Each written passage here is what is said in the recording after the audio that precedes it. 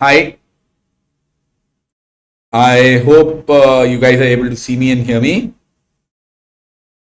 Just checking in if it's visible on my phone. I'm trying to log in via the YouTube app just to check if it is working, if it is live or not.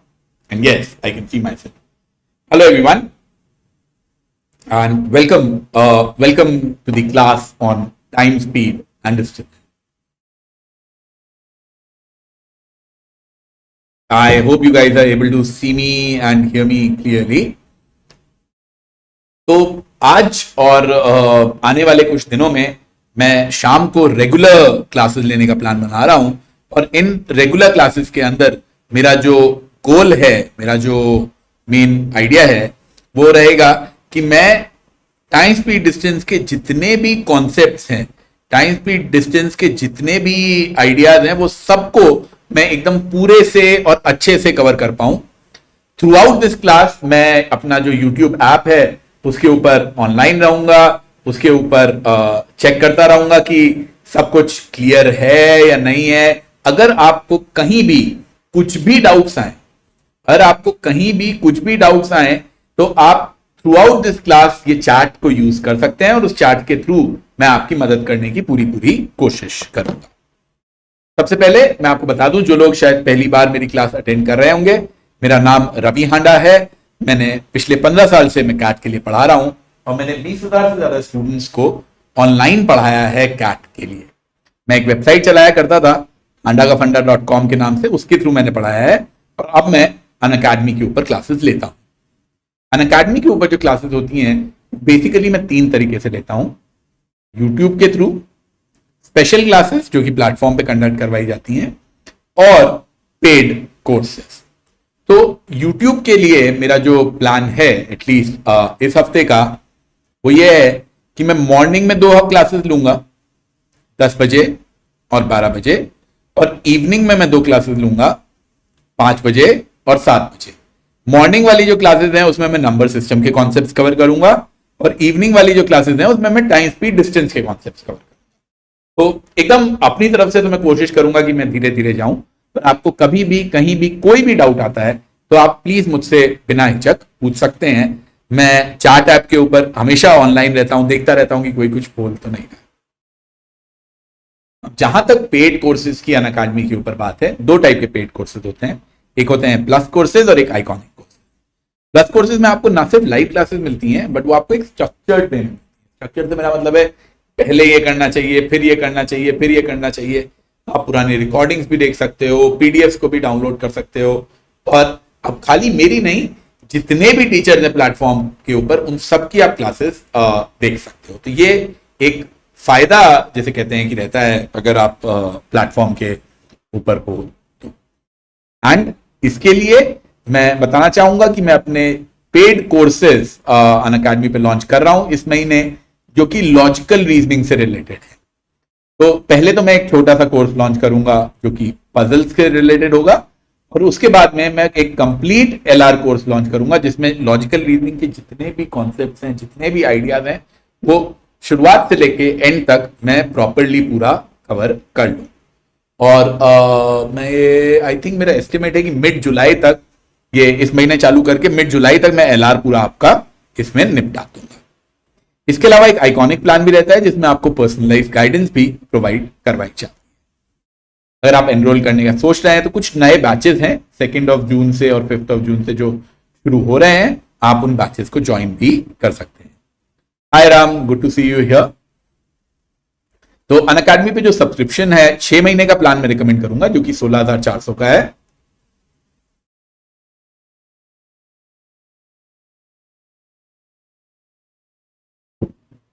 और इसके ऊपर आप हांडा coupon code use करके आप additional discount भी ले सकते हैं। इसके अलावा आइकॉनिक प्लान्स भी अवेलेबल रहते हैं, जिसके थ्रू ये कुछ हमारे टॉप परफॉर्मर्स हैं जिन्होंने ये पिछले सालों में बहुत ही अच्छा परफॉर्म किया है।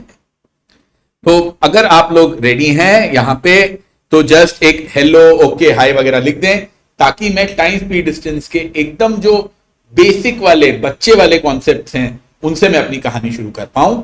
मैं चैट के ऊपर ऑनलाइन हूं, मैं चैट के ऊपर देखते हुए चलो, और आप मुझे सुन पा रहे हैं, सो शुभो है क्लास में, Shubho is okay, Ram I am not sure, और कौन कौन है क्लास में, आप इंटरैक्ट करते रहें। उत्सव है, यतिन है। चलो तो कहानी हम लोग शुरू करते हैं। तो सबसे पहले जो सबसे बेसिक चीज है मैं उससे शुरू करना चाहूंगा कि स्पीड क्या होती है। स्पीड जैसे जो कि हम लोग किलोमीटर पर आवर में लिखते हैं, वो बेसिकली होती है distance upon time, distance upon time. अब इससे हमको बहुत सारी चीजें पता पड़ती हैं। भाई मान लो आप कहीं से कहीं भी जा रहे हो, उस जर्नी के वेरियस पार्ट्स हैं, जाके वापस आ रहे हो या कुछ भी हो रहा है, कुछ भी हो रहा है, और आपका वेरियस पार्ट्स के अंदर आपका टाइम कांस्टेंट है। सपोज आप गए ए से बी तक और फिर आप गए बी से सी तक, और इस पोर्शन के अंदर आपको ए से बी जाने में जितना टाइम लगा उतना ही टाइम आपको बी से टी जाने में लगा। तो क्या आपकी स्पीड्स थी S1 और S2, और आप डिस्टेंसेस कवर किए आपने D1 और D2। टाइम अगर आपका बराबर है, S1 है आपकी D1 बाई टी और S2 है आपकी D2 बाई टी, इन दोनों को डिवाइड कर दो तो बाई टी कैंसिल हो जाएगा। तो क्या आ गया आपका S1 by S2 equal to D1 by D2, यानी कि जिस रेशो में आपकी स्पीड्स हैं, जिस रेशो में आपकी स्पीड्स हैं उसी रेशो में ही आप डिस्टेंस कवर करोगे। तो सुनने में ये समझ में भी आता है और आप ध्यान में भी रख सकते हो कि भाई जो तेज चल रहा है, मान लो मैं दौड़ रहा हूं और मेरे साथ में मान लो विकास दौड़ रहा है, आई एम अज्यूमिंग विकास मुझसे तो तेज दौड़ ही लेता होगा, और हम लोग दोनों 1 घंटे तक दौड़े, तो कौन ज्यादा डिस्टेंस कवर करेगा? विकास है, ज्यादा तेज दौड़ता है, विकास ज्यादा डिस्टेंस कवर करेगा। बट हम लोगों का जो रेशियो रहेगा वो भी वही रहेगा, S1 by S2 will be equal to D1 by D2। ये तो जब तक जब टाइम कांस्टेंट है। मान लो मैंने स्पीड कांस्टेंट कर दी, अगर मैंने स्पीड कांस्टेंट कर दी तो डिस्टेंस और टाइम के बीच का क्या रेशियो रह जाएगा? अगर मैंने स्पीड कांस्टेंट कर दी तो टाइम का जो रेशियो रहेगा वही डिस्टेंस का रेशियो रहेगा। अब मान लो मैं ही हूं, मैं अकेला दौड़ता हूं, और मान लो मैं दौड़ता हूं 5 किलोमीटर पर घंटे पे, तो मैं 1 घंटे में कितना दौड़ूंगा? 5। 2 घंटे में कितना दौड़ूंगा? उसका डबल। 3 घंटे में कितना दौड़ूंगा? उसका ट्रिपल। सो जो भी टाइम का रेशियो है वही रेशियो मेरा डिस्टेंसेस का हो जाएगा। पर खेला चेंज हो जाता है डिस्टेंस अगर आप कांस्टेंट कर दो। ये जो तीसरा वाला केस है, अगर आप डिस्टेंस कांस्टेंट कर दो तो मेरा रेशियो पड़ जाता है उल्टा, यानी कि जो भी स्पीड का रेशियो है वो टाइम के रेशियो के हो जाता है उल्टा। S1 by S2 will be T2 by T1, S1 by S2 will be T2 by T1। ये हमको ध्यान रखने की जरूरत है, इसमें ये उल्टा हो जाता है। ऐसा क्यों होता है? तुम नॉर्मल सोच लो, तुम्हें जाना है जी घर से ऑफिस जाना है और तुम हो रहे हो लेट, तो यानी कि तुम्हें अपना टाइम जो है वो कम करना है। अब तुम लेट हो रहे हो तो तुम क्या करोगे? अपनी स्पीड तेज करोगे या कम करोगे? तेज करोगे ताकि तुम जल्दी जल्दी डिस्टेंस को कवर करो, और तुम जल्दी जल्दी डिस्टेंस को कवर करोगे तो तुम्हारा टाइम टेकन होता जाएगा कम। तो स्पीड का और टाइम का जो रेशियो है वो होता है उल्टा, इसलिए इनको हम लोग बोलते हैं कि ये लोग एक दूसरे के इनवर्सली प्रोपोर्शनल। और टाइम और डिस्टेंस या स्पीड और डिस्टेंस ये दोनों एक दूसरे के डायरेक्टली प्रोपोर्शनल माने जाते हैं। तो वंस अगेन, स्पीड और डिस्टेंस डायरेक्टली प्रोपोर्शनल, टाइम और डिस्टेंस डायरेक्टली प्रोपोर्शनल, पर स्पीड और टाइम ये होते हैं इनवर्सली प्रोपोर्शनल। अब इन प्रोपोर्शनैलिटी से हमको एक और चीज पता पड़ती है, भाई कोई भी चीजें डायरेक्टली प्रोपोर्शनल है। सपोज ये वाला केस ले लेता हूं, तो इस केस में क्या होगा? इस केस में अगर एक चीज डबल होगी तो दूसरी भी डबल होगी, एक चीज 1/3 हो जाएगी तो दूसरी भी 1/3 हो जाएगी, एक चीज 25% बढ़ गई तो दूसरी भी 25% बढ़ गई, एक चीज, कोई भी चीज इनमें से 10% रिड्यूस हो गई, जैसे प्राइस है, तो दूसरी वाली चीज भी 10% रिड्यूस हो जाएगी। हाउएवर जब इनवर्सली प्रोपोर्शनल चीजें होती हैं तो इतनी क्लियर रिलेशनशिप नहीं रहती। इनवर्सली प्रोपोर्शनल चीजों के अंदर क्या होगा, एक डबल हुई तो दूसरी हाफ हो जाएगी, एक 1/3 हुई तो दूसरी 3 गुना हो जाएगी, एक 25% बढ़ी तो दूसरी को मैं इतना डायरेक्टली नहीं बोल सकता हूं कि क्या होगा, तो मेरे को थोड़ा सा सोचना पड़ेगा। 25% बढ़ी यानी कि 5/4 हो गई ओरिजिनल की, तो दूसरी वाली चीज जो है वो 4/5 हो जाएगी और दूसरी वाली चीज जो है वो 20% गिरेगी। तो यहां तो जो परसेंटेजेस आपकी एक में होंगी वही आपकी दूसरे में हो जाएंगी, वो डायरेक्टली हो जाता है। पर इनवर्स में वैसा नहीं होता है, इनवर्स में हमको थोड़ा सा ध्यान ज्यादा रखने की जरूरत होती है। चलो कुछ एकदम बेसिक बेसिक आसान आसान से हम लोग चालू करते हैं। बताओ इस केस में क्या होगा।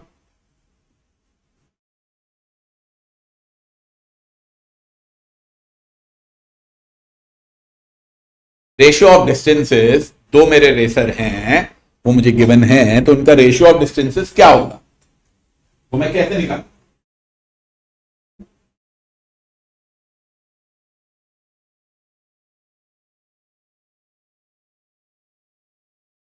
रेशियो ऑफ डिस्टेंसेस मैं कैसे निकालूं।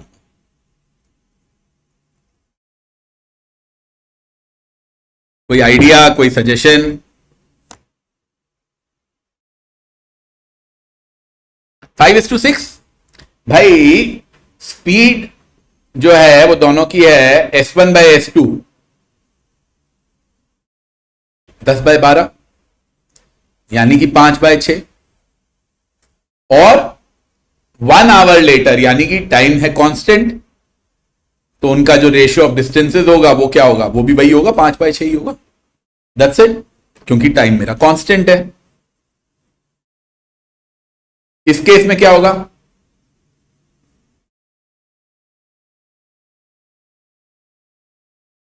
दो लोग हैं, एक दूसरे की तरफ चलना चालू किए हैं, they meet 3 kilometre from starting point, ratio of speeds इसमें कितना होगा,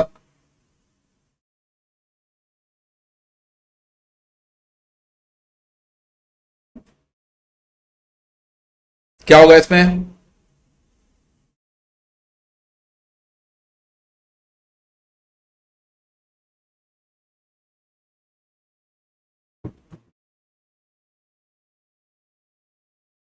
सिंपल सा ही है यार, इतना सोचना तो नहीं चाहिए इसमें। बताओ मुझे क्या आंसर आएगा इसका डायरेक्टली।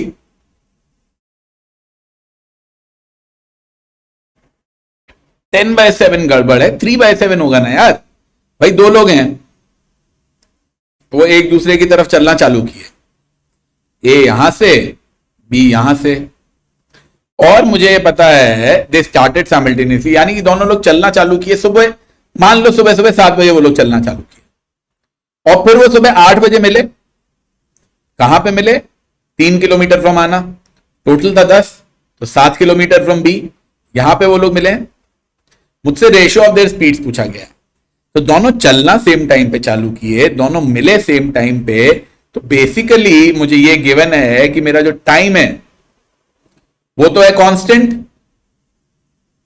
और अगर टाइम मेरा कांस्टेंट है और मुझे निकालना है रेशियो ऑफ स्पीड, तो रेशियो ऑफ स्पीड क्या होगा, जो भी उन्होंने डिस्टेंस कवर किया है, कितना डिस्टेंस कवर किया है, ए ने कवर किया है 3 किलोमीटर, बी ने कवर किया है 7 किलोमीटर, तो मेरा रेशियो हो जाएगा 3/7। उत्सव 10/7 पता नहीं तुमने कैसे निकाला, बट कुछ तो गड़बड़ की है। रेशियो सिंपल स्ट्रेट फॉरवर्ड 3/7 ही होगा इस केस में।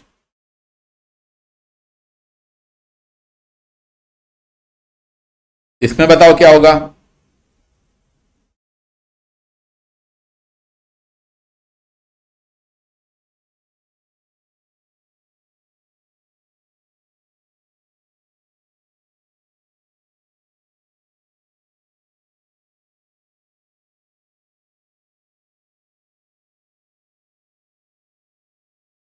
A man walks for 1 hour at a speed of 5 km/h another man walks for 2 hours at 5 kilometers per hour. Ratio of the distances covered will be how much? Both Sachin and Yatin are right. यहां पे क्या constant है? यहां पे speed constant है, तो d1 by d2 will be equal to t1 is to t2. एक घंटा चला, एक 2 घंटा चला है। यही देखना है जी कहां पे क्या कांस्टेंट है, क्या पे क्या कांस्टेंट है। इसमें क्या होगा?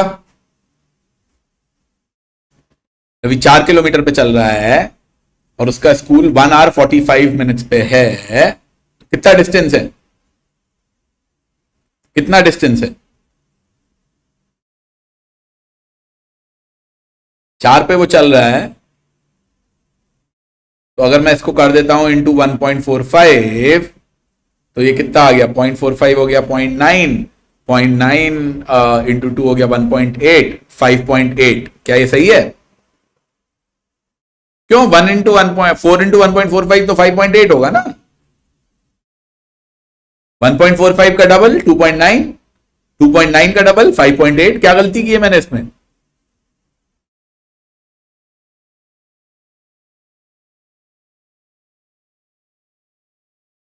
इसमें क्या गलती की है मैंने? 5.8 क्यों नहीं होगा?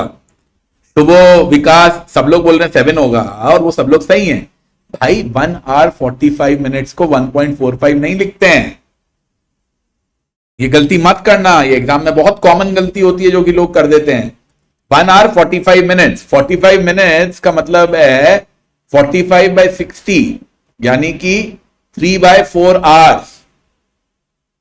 तो 1 3/4 hours, that is effectively 7/4 hours। तो मेरा डिस्टेंस आ जाएगा 7 किलोमीटर। गलती मत करना एग्जाम में।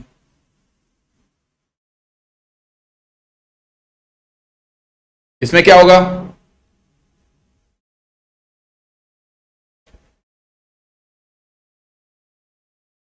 एकदम सिंपल, बेसिक वैल्यूज। स्पीड पता है, ऑफिस पता है कितनी दूर है, और मुझे टाइम निकालना है, तो मैं टाइम कैसे निकालूं? टाइम क्या होता है? Speed into distance, speed by distance, distance by speed, distance into speed. क्या होता है time? What is time in terms of distance and speed?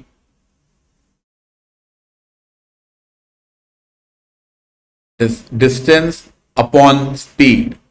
Distance है 1.4, स्पीड है 8, 1.4 by 8 आवर्स लग जाएंगे। या अगर तुमको इसको मिनट्स में निकालना है तो इंटू 60 कर लो। तो कितना हो गया जी? 15/2.7, 15 इंटू 0.7 हो गया अपना 10.5 मिनट। 10.5 मिनट में वो भाग भाग के ऑफिस पहुंच जाएगा।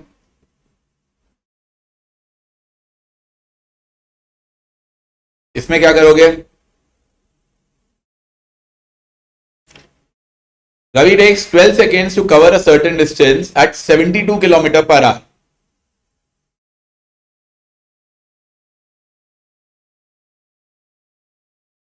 इसको कैसे कैलकुलेट करोगे या फाइंड आउट करोगे कि आंसर क्या आना चाहिए इसमें?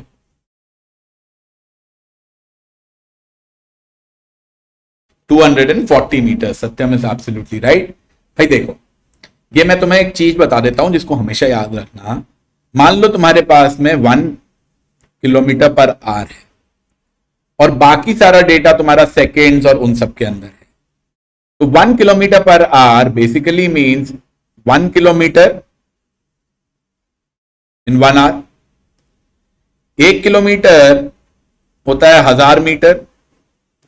1 घंटा होता है 60 मिनट। तो या तो 1 किलोमीटर पर आवर को तुम 1000/60 मीटर्स पर मिनट के अंदर कन्वर्ट कर दो, तो वो हो गया 100/6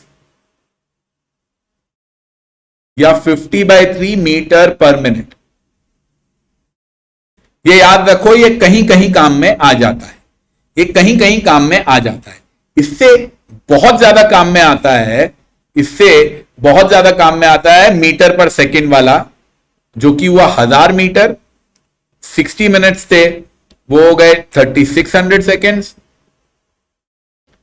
तो ये हो गया जी 5/18 मीटर्स पर सेकेंड।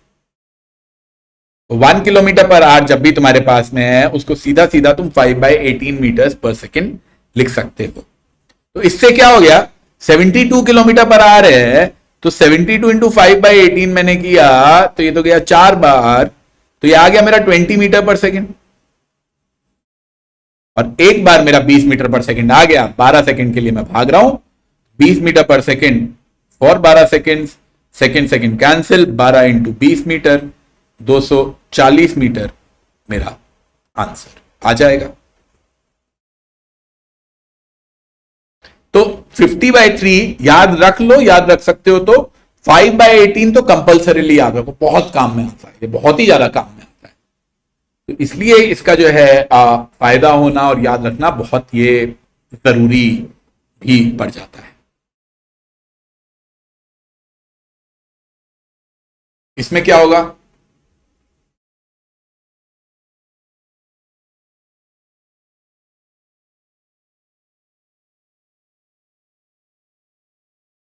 रवि बाहर निकला, गलती से उसने जो है उसका जूता टूट गया।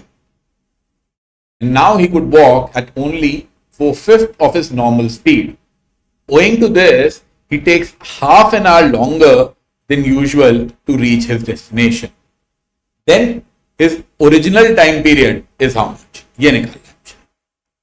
कैसे निकालूं, कैसे कैलकुलेट करूं? How do I find this out?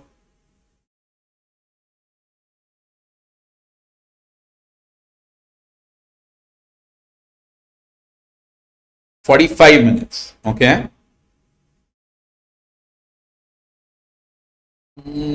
नहीं, कुछ गड़बड़ है। 45 मिनट्स तो नहीं होगा यार।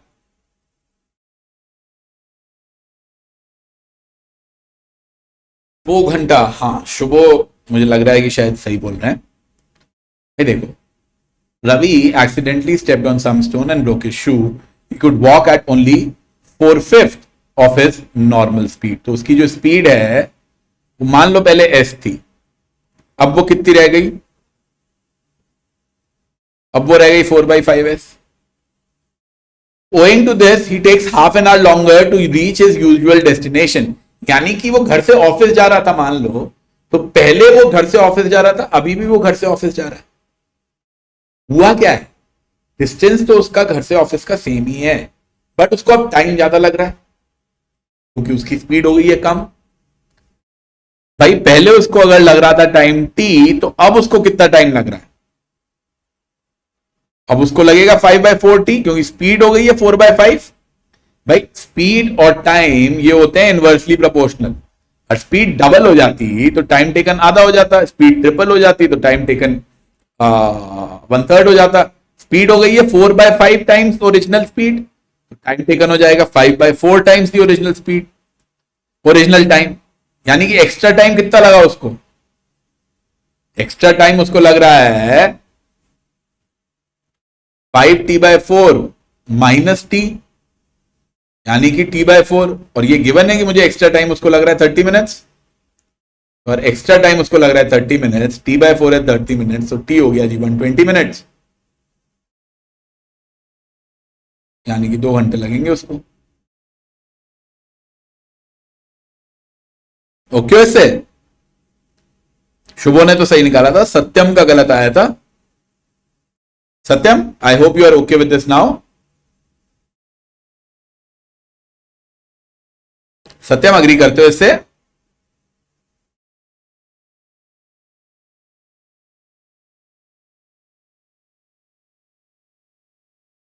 मैं वेट कर रहा हूं सत्यम का, बट आई थिंक ओके सत्यम। अब मैं आपको एक बात और बताना चाहूंगा कि अनअकैडमी पे अगर आपने ज्वाइन कर रखा है तो बहुत ही अच्छी बात है, नहीं कर रखा है तो हर संडे को एक स्कॉलरशिप टेस्ट कंडक्ट करवाया जाता है और उसके टॉपर्स को ये कोर्स फ्री में ऑफर किया जाता है। अगर आप ये कोर्स टेस्ट अटेंड करना चाहते हैं तो मेरा कूपन कोड हांडा लेके करेंगे तो आप ये टेस्ट को अटेंड कर पाएंगे। ऑल्सो अगर आप आजकल में रजिस्टर करते हैं तो आपको 1 महीने का एक्स्ट्रा मिलेगा 6 महीने के ऊपर। तो बेसिकली कैट का एग्जाम रफली 6 महीने बाद में है, दैट का एग्जाम रफली 7 महीने बाद में है। तो अगर आप ये कोर्स आज लेते हो तो आपका कोर्स मोटा मोटी दैट तक वैलिड रहेगा, मोटा मोटी दैट तक वैलिड रहेगा। एक बेनिफिट है। हाँ, ये अच्छा कॉन्सेप्ट है। तो चलो मैं ये आपको आंसर बताने के पहले मैं आपसे पूछ लेता हूं कि इसको कैसे करो। Yes Siddharth, perfectly well. मान लो, आई थिंक ये तो हम लोगों ने काफी डिस्कस कर ही लिया है। एक आदमी यहां से चला S1, एक आदमी यहां से चला S2, और वो लोग बीच में कहीं पे मिले, वो लोग बीच में कहीं पे मिले। तो उन्होंने सपोज डिस्टेंस कवर किया होगा D1 और D2। तो दोनों अगर सेम टाइम पे चालू हुए तो S1 बाय S2 का रेशियो क्या होगा जी? D1 बाय D2 होगा। अब दूसरा केस मैं आपसे लेता हूं। मान लो ये भाई साहब चले S1 पे, ये भाई साहब चले S2 पे, ये पूरा कवर करके यहां पहुंचे और इनको लगा टाइम T1, ये पूरा कवर करके भाई साहब यहां पहुंचे और इनको लगा टाइम T2। तो S1 बाय S2 क्या होगा? तो S1 बाय S2 क्या होगा? तो S1 बाय S2 होगा T2 बाय T1। ऐसा क्यों हो रहा है? ऐसा इसलिए हो रहा है क्योंकि इस केस में भाई दोनों स्टार्ट सेम टाइम पे किए और मीटिंग पॉइंट पे सेम टाइम पे पहुंचे, तो इस केस में टाइम कांस्टेंट था, इसलिए S1 बाय S2 आ गया D1 बाय D2। इस केस में क्या था? दोनों ने पूरा डिस्टेंस कवर किया है A से लेके B तक, तो इस केस में डिस्टेंस कांस्टेंट था, इसलिए S1 बाय S2 आ गया T2 बाय T1। यहां तक मैं उम्मीद करता हूं अभी तक समझ गए होंगे। इतने क्वेश्चंस किए पिछले आधे घंटे से, हम यही रेशो पे दिमाग लगा रहे हैं। अब मैं आपको इसका एक इंटरेस्टिंग केस देना चाहता हूं और मैं आपसे पूछना चाहता हूं, क्या मान लो एक भाई साहब यहां से चले हैं और एक भाई साहब यहां से चले हैं, इनकी स्पीड है S1 और S2, और ये लोग मिले किसी M पॉइंट पर बीच में, ये लोग मिले किसी M पॉइंट पर बीच में। मिलने के बाद में S1 को ये वाला डिस्टेंस कवर करने में टाइम लगा T1, S2 को ये वाला डिस्टेंस कवर करने में टाइम लगा T2। तो अब मुझे आप ये बताओ कि S1 बाय S2 कितना होगा, या T1 और T2 में क्या रिलेशनशिप होगी, इनके बीच में क्या रिलेशनशिप होगी, ये बताओ। अब देखो इसमें प्रॉब्लम ये हो गई है कि ना जो मेरे को T1 T2 गिवन है, भाई T1 के अंदर डिस्टेंस कवर हो रहा है MB, T2 के अंदर कवर हो रहा है MA, तो डिस्टेंस अलग अलग हो गए, टाइम भी अलग अलग हो गए, स्पीड भी अलग अलग हो गई। तो अब मैं क्या करूं, कैसे निकालूं मैं S1 बाय S2 को क्या होगा? विकास बोल रहे हैं भाई साहब कि इस केस के अंदर क्या हो जाएगा, S1 बाय S2 जो है वो हो जाएगा root of T2 by T1। क्या बात है, बहुत ही शानदार फॉर्मूला बताया विकास ने, एकदम सही, एकदम सही विकास। पर क्यों हो गए, क्या लॉजिक है? लॉजिक भी बताओ, कैसे आया ये, कहां से आया? बोल तो सही रहे हो तुम, S1 बाय S2 होगा तो रूट T2 बाय T1 ही, पर क्यों होगा? बहुत बार मैंने देखा है लोगों को ये फॉर्मूला वो लोग रट लेते हैं। मैं नहीं चाहता हूं कि आप लोग ये फॉर्मूला रटो, इसीलिए मैं ये टाइम स्पीड डिस्टेंस की इतनी सारी क्लासेस प्लान करके बैठा हूं कि हर चीज को मैं एकदम बेसिक से और आसानी से समझा पाऊं। तो बताओ मुझे क्या होगा S1 बाय S2 का रेशियो, ये मैं कैसे निकालूंगा? विकास तुम्हारा आंसर सही है, लिख दिया मैंने, बट उसके पीछे का लॉजिक भी तुम्हें मुझे समझाना पड़ेगा कि भाई ये आया कैसे।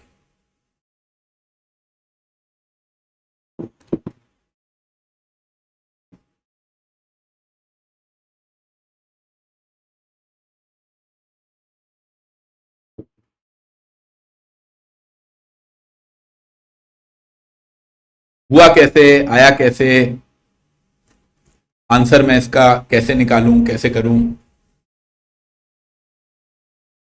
How should I calculate this?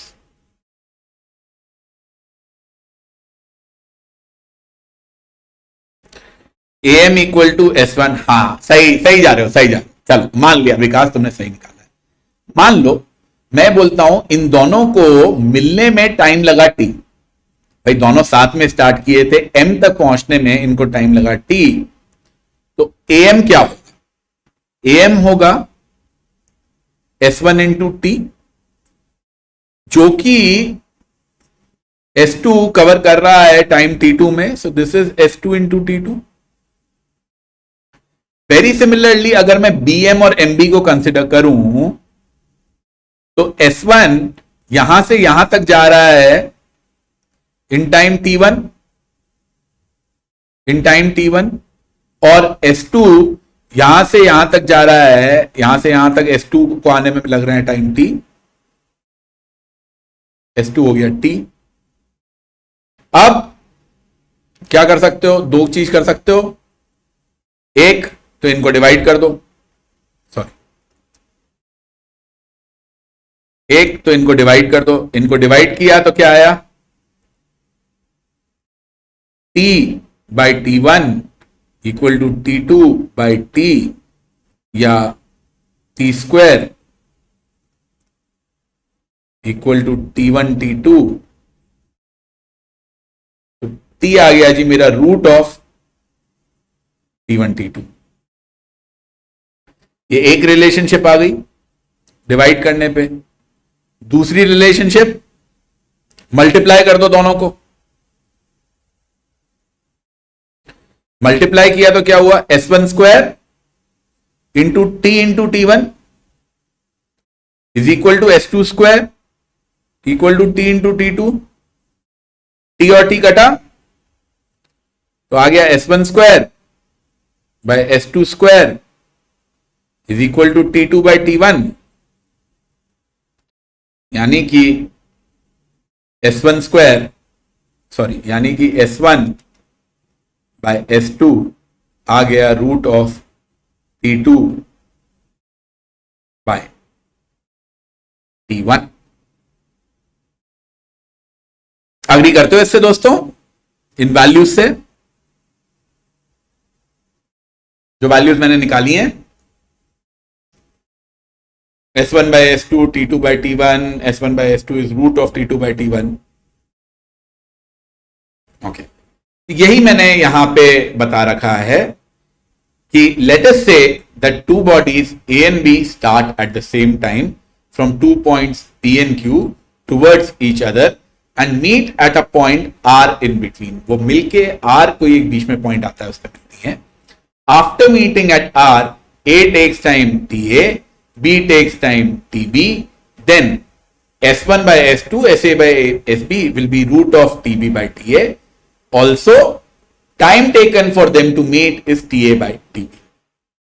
तो इसके अंदर क्या हो रहा है, मुझे ध्यान रखने वाली चीजें क्या हैं, कब मैं इन फॉर्मूलाज को यूज कर सकता हूं? पहली condition, both of them should start simultaneously. दूसरी condition, they move towards each other. तीसरी कंडीशन, मीटिंग के जो टाइम्स हैं, मीटिंग टाइम्स, सॉरी, जो टाइम्स मुझे गिवन है, टाइम टेकन गिवन है जो, वो है आफ्टर मीटिंग। टाइम टेकन जो मुझे गिवन है वो है आफ्टर मीटिंग।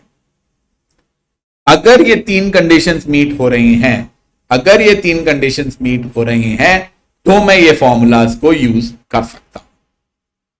ध्यान रखना, हमेशा मत लगा देना। नॉर्मली लगाने वाले फॉर्मूलाज हैं अपने ये S1 by S2 equal to D1 by D2 and S1 by S2 equal to T2 by T1। ठीक है, स्टार्टिंग टाइम इज सेम। हाँ, वो तो लिख दिया ना, simultaneous starting point, simultaneously, start simultaneously, यानी कि स्टार्टिंग टाइम सेम है। अग्री करते हो इससे? इसका एक और वेरिएशन होता है, अगर तुम इससे अग्री करते हो इसका और एक वेरिएशन होता है, वो वेरिएशन होता है ये कि मान लो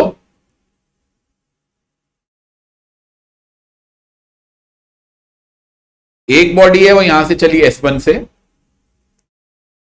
एक यहां से चली S2 से, और ये लोग अलग अलग टाइम के ऊपर स्टार्ट हुए, अलग अलग टाइम के ऊपर स्टार्ट हुए, मिले कहीं, यहां तक पहुंचने में पहले वाले को लगा टाइम T1, दूसरे वाले को लगा टाइम T2, पहले वाले को लगा टाइम T1, दूसरे वाले को लगा टाइम T2, पर मिलने के बाद में डेस्टिनेशन पे पहुंचने के लिए दोनों को टाइम T लगा। To reach their destination they took their same time after meeting. इस केस के अंदर भी यही वाले फॉर्मूलाज एप्लीकेबल होते हैं। Same formulas are applicable here also. जब मीटिंग के पहले के टाइम अलग है बट मिलने के बाद डेस्टिनेशन पहुंचने का दोनों का टाइम सेम, तब भी ये वाले वैल्यूज जो हैं, तब भी ये वाले फॉर्मूलाज जो हैं वो एप्लीकेबल रहेंगे। Are you guys okay with this?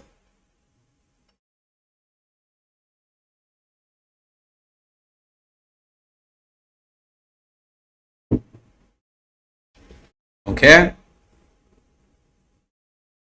Try this.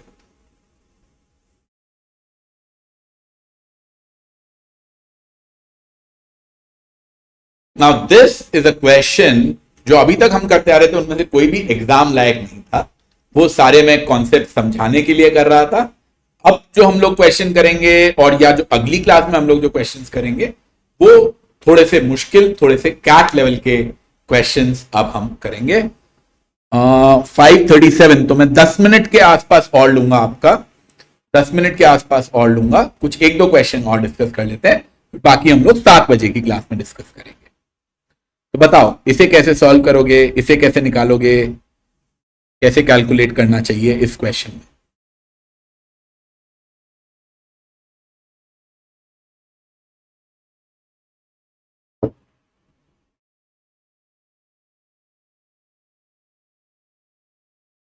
कोई आइडिया, कोई suggestion?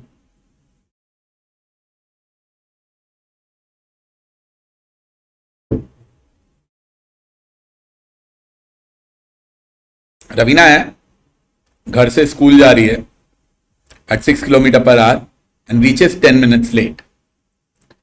Had she gone at 7 kilometre per hour, she would have made it 2 minutes early. तो मैं क्या करूं भाई? एक तरीका तो ये है कि मान लो ये रहा होम, ये रहा स्कूल, और वो जो है उसका आइडियल टाइम है T। तो जब वो 6 किलोमीटर पर आवर पे जाती है तो वो 2 मिनट लेट हो जाती, 10 मिनट लेट हो जाती है, तो यानी कि उसको लगते हैं T+10। जब वो 7 की स्पीड पे जाती है तब वो 2 मिनट जल्दी पहुंच जाती है। अच्छा, this is in kilometre per hour, this is in kilometres per hour, so 6 into T+10/60 is equal to 7 into T minus 2/60। ये करके आप T की वैल्यू निकाल लो, ये करके आप T की वैल्यू निकाल लो और फिर आप आंसर कैलकुलेट कर दो। बट देख रहे हो फ्रैक्शन रहेंगे, कितनी मेहनत रहेगी। कोई आसान तरीका बताओ मुझे, कोई आसान तरीका बताओ मुझे। ये वैलिड है, ये वैलिड है।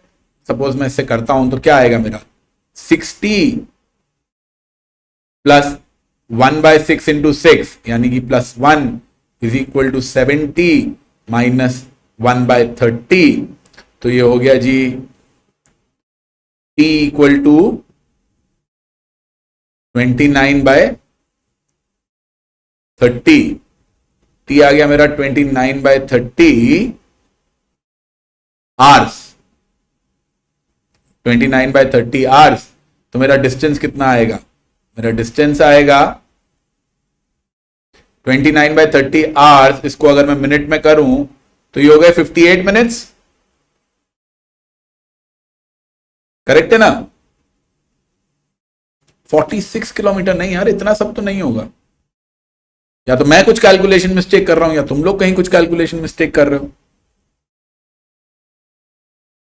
ये 58 मिनट्स होगा, फिर 58 मिनट्स को तुम पुट करके आंसर अपना डिस्टेंस का निकाल लो। या दूसरा तरीका है कि आप वो रेशियोज वाली बात यूज करो। भाई डिस्टेंस जो है इस केस में मेरा कांस्टेंट है, डिस्टेंस मेरा कांस्टेंट है। बिकॉज वो वैसे भी मैं वही समझाना चाह रहा हूं, बहुत ही मेहनत वाला मेथड है, वो करना ही नहीं चाहिए। मैं बता रहा हूं बढ़िया मेथड। मेरी स्पीड 6 किलोमीटर पर आवर से 7 किलोमीटर पर आवर हो जा रही है। So my speed is going from 6 to 7। या मैं ये भी बोल सकता हूं माई speed is becoming 7/6 times the original. तो मेरा जो टाइम टेकन है वो हो जाएगा 6/7 टाइम्स दी ओरिजिनल। तो मैंने कितना टाइम बचा लिया? मैंने 1/7 यूनिट्स ऑफ टाइम बचा लिया। और एक्चुअली मैंने कितना टाइम बचाया है? भाई पहले मैं 10 मिनट लेट हो रहा था और अब मैं 2 मिनट जो है वो जल्दी आ रहा हूं। अब मैं 2 मिनट जल्दी आ रहा हूं। तो अच्छा हाँ, मैंने यहां पे कैलकुलेशन मिस्टेक की है ना। -7/30 होगा, तो ये 1 + 7/30 होगा, तो ये 37/30 होगा। ये गड़बड़ हो गई है, कैलकुलेशन मिस्टेक हो गई यहां पे, इसको भूल जाओ। अब मैं कितना टाइम बचा रहा हूं? 12 मिनट बचा रहा हूं। तो यानी कि मेरा जो एक्चुअल टाइम है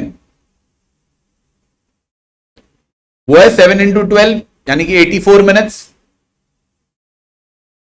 वो है 7/12 यानी कि 84 मिनट्स। अब अगर मेरा एक्चुअल टाइम है 84 मिनट्स, तो जब मैं 6 पे जाता हूं और मैं 2 मिनट लेट हो जाता हूं, यानी कि 6 पे मैं जा रहा हूं तो मैं 86 मिनट्स में जा रहा हूं। और जब मैं 7 पे जाता हूं तो मैं कितनी देर में जाता हूं? मैं 7 पे जाता हूं तो मैं 10 मिनट जल्दी पहुंच जाता हूं, यानी कि मैं पहुंच जाता हूं 84 - 10 74 मिनट्स में। अब इससे मैं अपना जो भी डिस्टेंस है वो निकाल सकता हूं। मेरे पास स्पीड आ गई है और मेरे पास में ये टाइम टेकन आ गया है। इनको यूज करके मैं डिस्टेंस निकाल सकता हूं। तो ये 6.25 6.5 किलोमीटर के आसपास, 7.25 7.5 किलोमीटर के आसपास आएगा। 10 मिनट्स लेट है क्या? ओके,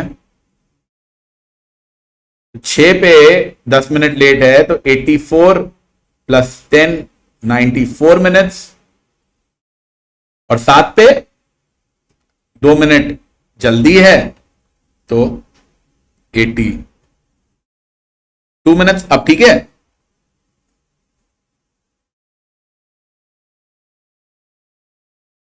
हाँ आई थिंक अब ठीक है। अब इससे तुम अपना डिस्टेंस वगैरह निकाल सकते हो।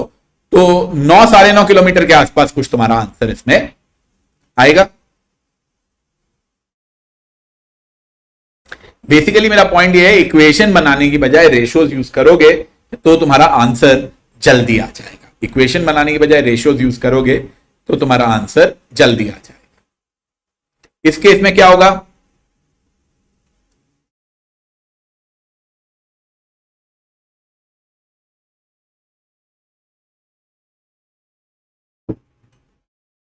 रेशियो ऑफ स्पीड निकालना है। सो S1/S2 निकालना है। जो मेन बात मैं इसमें तुम्हें बताना चाहता हूं वो ये है कि भाई मेरे को डिस्टेंस से कोई लेना देना नहीं है। डिस्टेंस तो मेरा सेम ही है, क्योंकि जितना डिस्टेंस वो जा रहा है उतना ही डिस्टेंस वो आ रहा है। हाँ, टाइम से जरूर लेना देना है। अगर मेरा टाइम है 3/5 तो स्पीड का रेशियो हो जाएगा T2/T1 और ये हो जाएगा 5/3। पॉइंट ये है कि स्पीड से कोई लेना देना नहीं है। फालतू चीजों के ऊपर आप टाइम अपना वेस्ट ना करें। इसमें क्या होगा?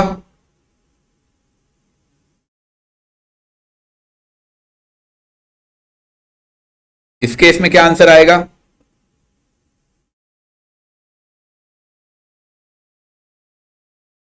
Two birds start moving towards each other from their houses. Their speeds are 10 and 11 km per hour. Find the meeting point if the distance between their houses is 28 km.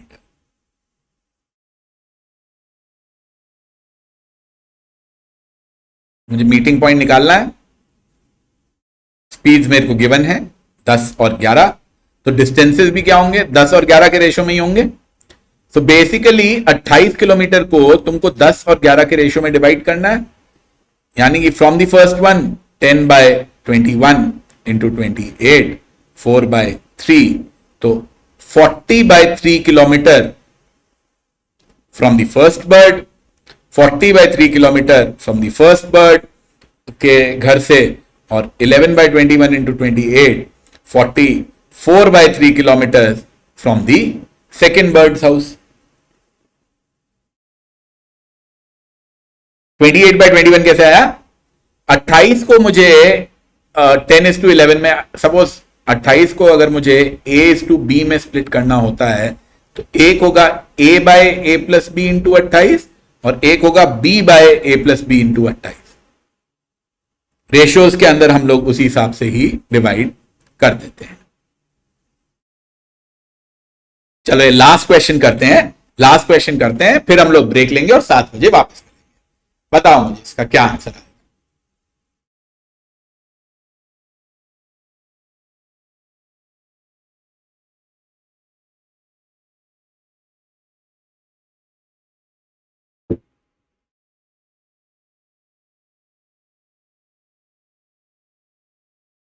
Rajesh walks to and fro to a shopping mall.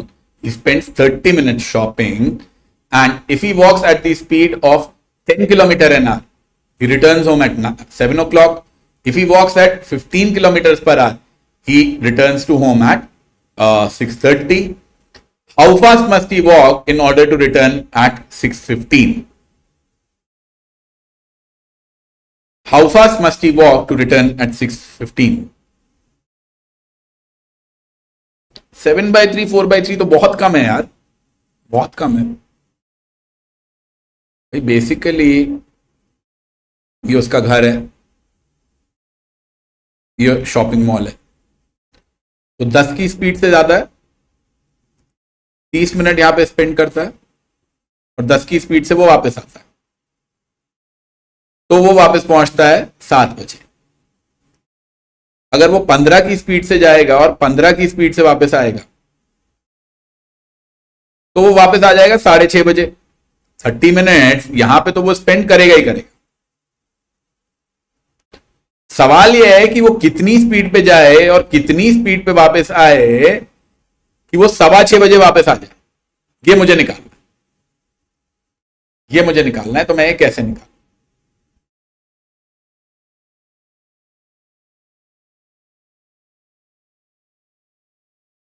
हो सकता है विकास, अब ये मैं कैसे निकालूं, क्या करूं मैं?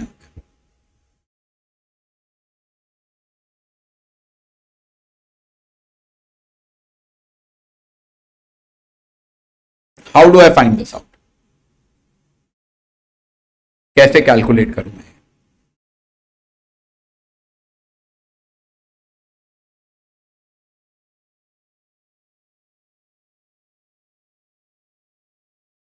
भाई एक तरीका तो इसका यह है, गंदा तरीका इसका यह है कि मान लूं मैं भैया डिस्टेंस है